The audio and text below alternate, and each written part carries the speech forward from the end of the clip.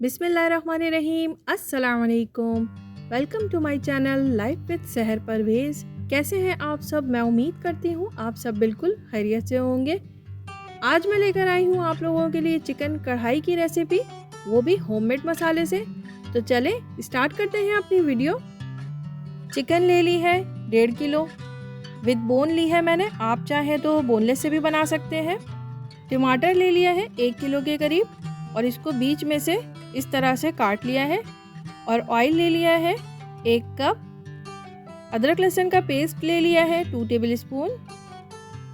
दही ले ली है 6 टेबल स्पून। कुकिंग क्रीम ले ली है 3 टेबल स्पून। दही और कुकिंग क्रीम को एक साथ मिक्स करके अच्छी तरह से रख लेंगे, क्योंकि ये हमें अभी नहीं डालना है।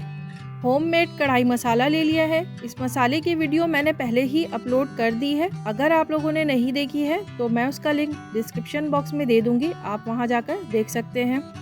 होममेड कढ़ाई मसाला लिया है 5 to 6 टेबल स्पून। कसूरी मेथी ले ली है 1.5 टेबल स्पून। होममेड गरम मसाला ले लिया है 1/4 टी स्पून। नमक ले लिया है 1/2 टेबल स्पून। कटी हुई अदरक ले ली है 2 टेबल स्पून। एक पैन ले लिया है, उसमें 1 कप ऑयल डाल दिया है और फिर उसके बाद इसमें चिकन ऐड कर दी है। चिकन को हाई फ्लेम पर 10 मिनट तक इतना फ्राई करना है कि ऊपर इसका इस तरह से कलर आ जाएगा और ऑयल सेपरेट हो जाएगा। तो मैं यहाँ 1/4 कप के करीब ऑयल को निकाल रही हूँ, इतना। अगर आप चाहें तो इसी में बना सकते हैं। और अब यहाँ पर अदरक लहसुन का पेस्ट ऐड कर दिया है। अदरक लहसुन का पेस्ट ऐड करने के बाद उसको अच्छी तरह से मिक्स कर लिया है और फिर उसके बाद होममेड कढ़ाई मसाला ऐड कर दिया है। और फिर इसको इतना भूनना है, 1 से 2 मिनट तक इसको भूनना है। इसका कलर भी चेंज हो जाएगा और मसाला अच्छी तरह से मिक्स हो जाएगा चिकन के अंदर। फ्लेम को अभी हाई ही रखना है, हाई फ्लेम पर ही इसकी भुनाई करेंगे 1 से 2 मिनट। और अब देखिए इसका कलर चेंज हो चुका है किस तरह से, और ऑयल भी सेपरेट दिख रहा है। और अब यहाँ पर सारे टमाटर ऐड कर देंगे। टमाटर ऐड करने के बाद मीडियम फ्लेम पर इसको लिड लगा कर रख देंगे 15 से 20 मिनट के लिए, सॉफ्ट होने तक। तो देखिए 15 मिनट हो चुके हैं और अब ये आसानी से इसका छिलका उतर जाएगा। और अब मैं सारे इसी तरह से उतार लूँगी और फिर उसके बाद हाई फ्लेम पर इसको भूनना है। और जो टमाटर के पीसेस नज़र आएंगे उसको चम्मच की मदद से इस तरह से प्रेस करते जाएंगे तो वो भी सॉफ्ट हो जाएगा। और इसको देखिए इतना भून लिया है कि हल्का हल्का ऑयल ऊपर आना शुरू हो गया है। फ्लेम अभी तक हाई ही है और अब देखें ऑयल सेपरेट हो चुका है। तो अब यहाँ पर क्रीम और दही का जो मिक्सचर रेडी किया हुआ था वो इसमें ऐड कर देंगे और अच्छी तरह से इसको मिक्स कर लेंगे। और अब यहाँ पर कसूरी मेथी ऐड कर दी है और गरम मसाला पिसा हुआ जो 1/4 टीस्पून था वो ऐड कर दिया है। और अब लास्ट में इसमें अदरक जो कटी हुई थी वो ऐड कर देंगे इसमें।